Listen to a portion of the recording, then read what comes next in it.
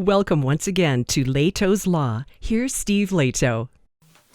Amongst all the recent news lately, a story popped up in the New York Times. Several people sent it to me, including David, and I appreciate that. But the thing is that I had actually run across it myself already, and I've had quite a few people send it to me.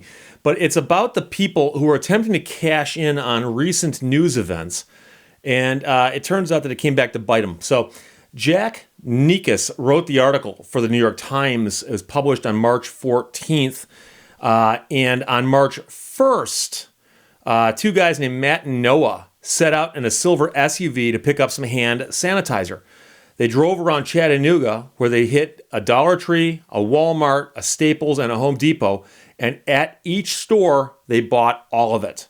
Over the next 3 days, Noah took a 1,300-mile road trip across Tennessee and into Kentucky, filling a U-Haul truck with thousands of bottles of hand sanitizer and thousands of packs of antibacterial wipes, mostly from little hole-in-the-wall dollar stores in the backwoods, his brother said. The major metro areas were cleaned out already. So what wasn't cleaned out, these guys cleaned out. Meanwhile, Matt stayed home near Chattanooga, preparing for pallets of even more that he had ordered and started to list them on Amazon. He said he had posted 300 bottles of hand sanitizer and immediately sold them all for between $8 and $70 each, multiples higher than what he bought them for. To him, he said it was crazy money. To many others, of course, it was profiteering. The next day, Amazon pulled his items and thousands of others listing sanitizers, wipes, and face masks and actually pulled them off the site. The company suspended some of the sellers behind the listings and warned many others that if they kept running up prices, they'd lose their accounts. eBay likewise launched stricter measures prohibiting any U.S. sales of masks or sanitizer. Now, while millions of people across the country are searching in vain for this stuff, the man in the story has 17,000 bottles of hand sanitizer that he cannot sell. 17,000 bottles that he bought and he can't sell. He said, it's been a huge amount of whiplash from being in a situation where what I've got coming and going could potentially put my family in a really good place financially to, what the heck am I going to do with all of this? He's one of the probably thousands of sellers who have amassed stockpiles of hand sanitizer and respirator masks, while many hospitals are forced to ration this stuff because they haven't got enough. And this is after the author here interviewed 8 Amazon sellers and also checked out posts in private Facebook and Telegram groups from dozens more. Amazon said it had recently removed hundreds of thousands of listings and suspended thousands of accounts for price gouging. Okay? Amazon, eBay, Walmart, and other online commerce platforms are trying to stop their sellers from making excessive profits from the public health crisis. While the companies aim to discourage people from hoarding such products and jacking up the prices online, many sellers had already cleared out their local stores and starting selling the goods themselves. So here's the irony. You go to a local store, you buy it all out. Now there's a shortage. No one can buy it. But you've got a stockpile of it so you can raise the price and sell it more. Now, I know many people are going to justify it by saying, well, yeah, but I cleared out the store before there was a shortage. Okay? And after you cleared the store out, there was a shortage. One of the people quoted in the story here says, you're being selfish, hoarding resources for your own personal gain. Sites like Amazon and eBay have given rise to a growing industry of independent sellers who snatch up discounted or hard-to-find items in stores and then post them online and sell around the world. These sellers call it retail arbitrage, a 21st century career that has adults buying up everything from limited-run cereals to fingerling monkeys, which were a once hot toy. The bargain hunters look for anything they can sell at a sharp markup, and in recent weeks, they found, of course, that it's stuff that applies to recent news events. If you checked out Amazon's most popular searches recently, it would say things like Purell or mask or Clorox wipes. And so they did what they learned to do, suck up the supply and sell it for what the market will bear. Now, for several weeks, prices soared on some of these items. And the New York Times did an analysis on this. The data shows that both Amazon and third-party sellers increased their prices, which then mostly dropped when Amazon took action against price gouging. At the high prices, people still bought the products en masse, and Amazon took a cut, of course, of 15% and eBay 10%, depending on the price and the seller and the rules of the platform. Then the companies, responding to criticism from regulators and customers, cracked down. After the measures last week, Amazon went further on Wednesday, restricting sales of any products from certain sellers related to recent news events.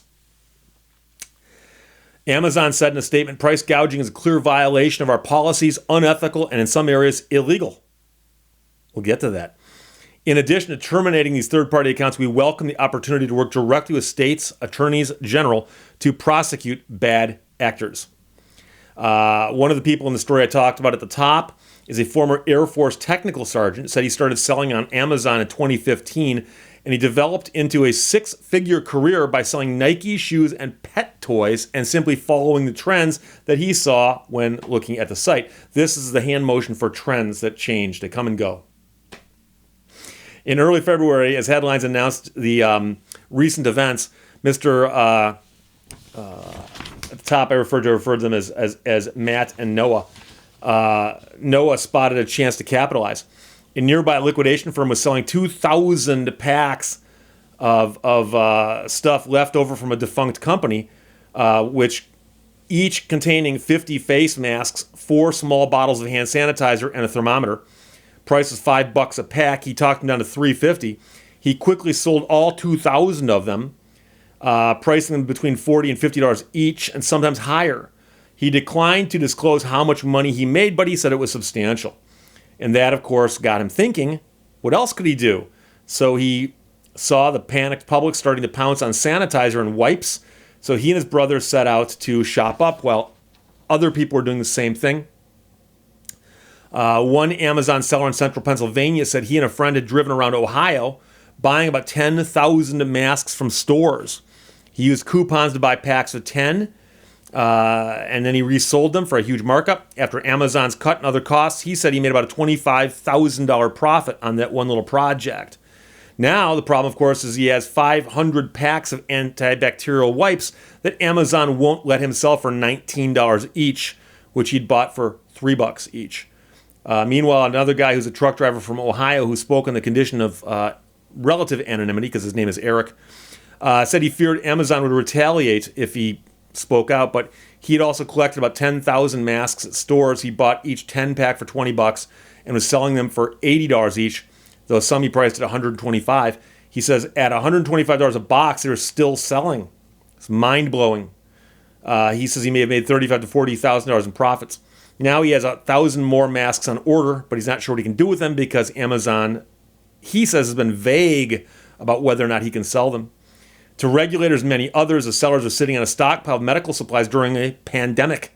The Attorney General's office in California, Washington, and New York are all investigating price gouging related to recent news events. California's price gouging law bars sellers from increasing prices by more than 10% after officials declare an emergency.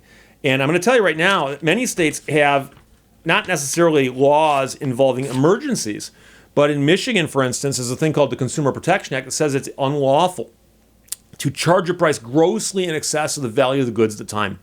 So if something is worth $5 and you sell it for $6, well, that's a price in excess, but not grossly in excess.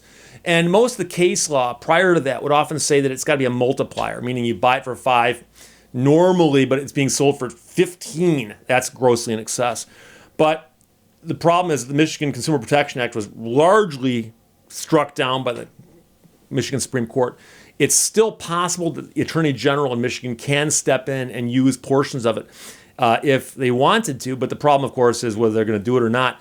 The last time I saw anybody actually talking about it was after 9/11, when some gas stations just went out and just raised their prices to $5 a gallon across the board just because they knew that people would panic buy, and people did panic buy. But there's some argument, of course, about whether or not a free market should be regulated by the government in such a way that a buyer and a seller can be interrupted by somebody saying, hey, we're not going to let you sell that product to them even if they're willing to pay for it. And many of the laws on pricing, such as the price grossly in excess of the value of the goods, come about because the suggestion normally is that if I'm buying something that normally costs $1 and I'm paying $10 for it, okay, there's probably something else going on, meaning that I'm being misled or something deceptive is happening or something being taken advantage of. But here we have a situation where simply everyone knows what's going on. There is a shortage, a temporary shortage. Now, there are economists who will tell you that if you let price gougers operate, other people will flood into the market to take over to try to get some of those profits, and then there will be a reverse flood the other direction. Okay, so this right here is the hand motion for market correction. There are arguments on both sides of this, and you can argue till you're blue in the face. And I know because I've argued with economists about it. I've spoken to economists about it. I don't take a position on it because I don't know what the answer is here.